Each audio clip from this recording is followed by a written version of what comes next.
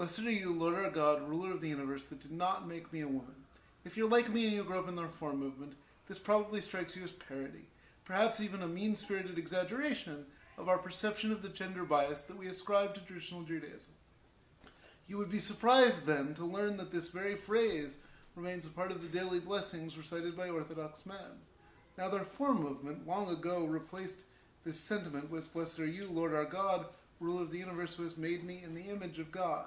Over the decades, we've continued to advance our vision of gender equality, and the current Siddur for the movement even replaces many references to God as king, like our Hashkivenu liturgy, which calls God our guardian or protector. These changes are the result of a cultural evolution in our understanding of gender and sexism, which both our society and our movement have engaged in for near a century. Still, even the Reform liturgy thanks God for making firm each person's steps and opening the eyes of the blind.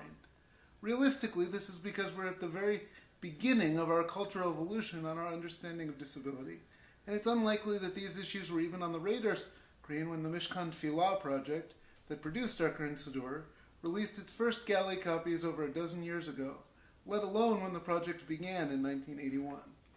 Though the adult in me can understand the context of this historical language, as a young wheelchair user, the steps language was always off-putting, and I know that many blind people feel similarly about the vision-related part of this prayer.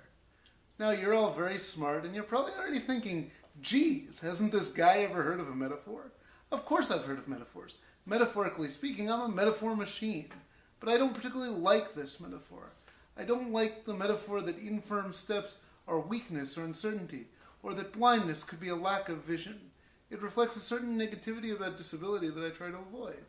When you get down to it, there are many reasonable justifications that could be given for the metaphorical nature of calling God a king, and the modern Orthodox world has wrestled to balance its own modernity with a commitment to traditional language, and in doing so has proffered multiple plausible non-misogynistic interpretations of did not make me a woman.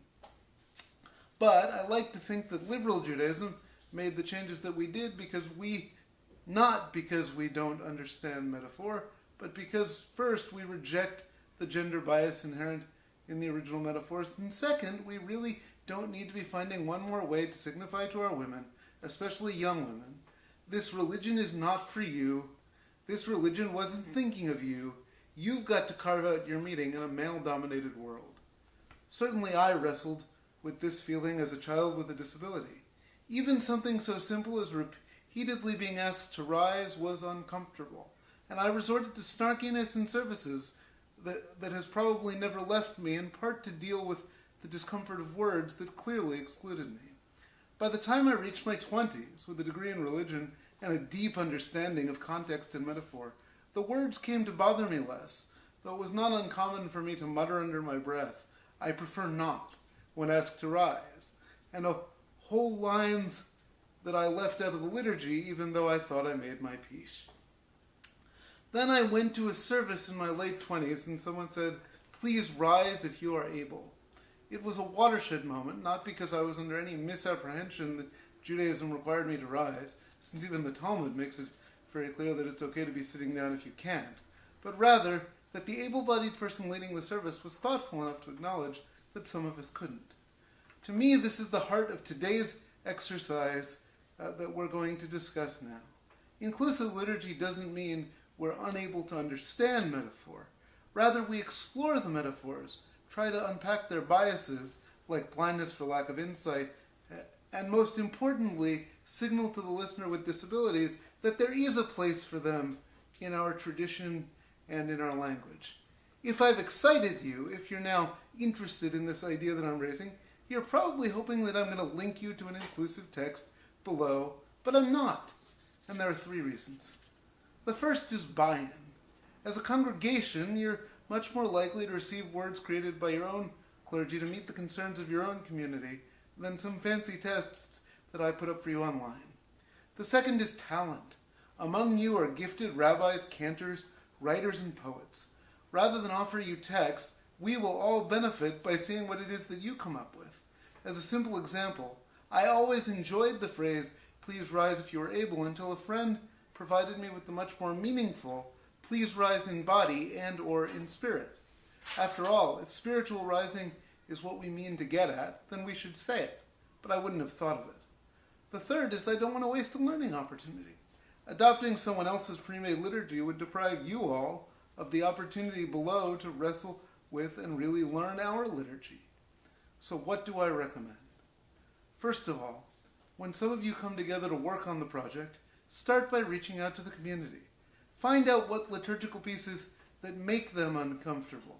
True inclusion in liturgy or anything else is finding out what makes people feel excluded, not applying a one-size-fits-all check and hoping that it works. Make your list broad. You can always prioritize later. Then, gather your team, which should ideally include the concerned members, at least one clergy person, and as many learned scholars and writers in your community as want to participate. And here's the hard part. You actually then have to learn about the prayers. Attempt to truly understand why we say these troubling words. Every line in our prayer book developed over the course of thousands of years of tradition. We can change it, and sometimes we should, but I urge you not to dismiss it. If you're really committed, ask your clergy person to create a lesson on each prayer that you're considering changing. Next, draft new language. You knew this had to be coming, right? This is when you take out all your talent and find language that isn't charged on the disability level, but still conveys what the prayer was trying to convey. And to the extent that you can, retains the metaphor and beauty, mystery and power of the original prayerful text. You might think you're done then, but you're not. To truly be inclusive, you need to at least acknowledge the concerns of everyone in your community. So demo the new language. Demo it with the people that express the concerns, certainly, but demo it with everybody else too. If someone complains about it, listen really hard. There's not going to be much that you can do if their only real complaint is a tirade against political correctness or a knee-jerk adherence to earlier text. But there may be folks with very legitimate concerns, like attachments to certain words in the prayer that your new text doesn't preserve but could. I encourage you not only to try to embrace easily presented concerns, but to try to probe even the apparently irrational folks and see if there isn't a justified kernel at the heart of their disagreement. It will only improve your attempt to create the most inclusive liturgy possible. Only after these rounds of feedback might you consider yourself done. Then, if you're proud of what you've accomplished, commit to providing it to the URJ to become part of a collection of the best of such. Our liturgy is always evolving, and ultimately we all benefit from the collective work that you do. But don't rest on your laurels. Every year or two, it wouldn't hurt to check back in and see if something new is bothering someone else. Inclusion is a process, and we can always do better. In one of my favorite pieces of liturgy, we entreat, "Open for me the gates of righteousness. I will enter them, and I will give thanks unto God." I'm always struck by the fact that God is in the third person. So we are putting the onus on somebody else to open the gates for us so that we can give thanks. Thank you for listening to me, and at least for considering opening the gates of your liturgy so that all may truly give thanks to God.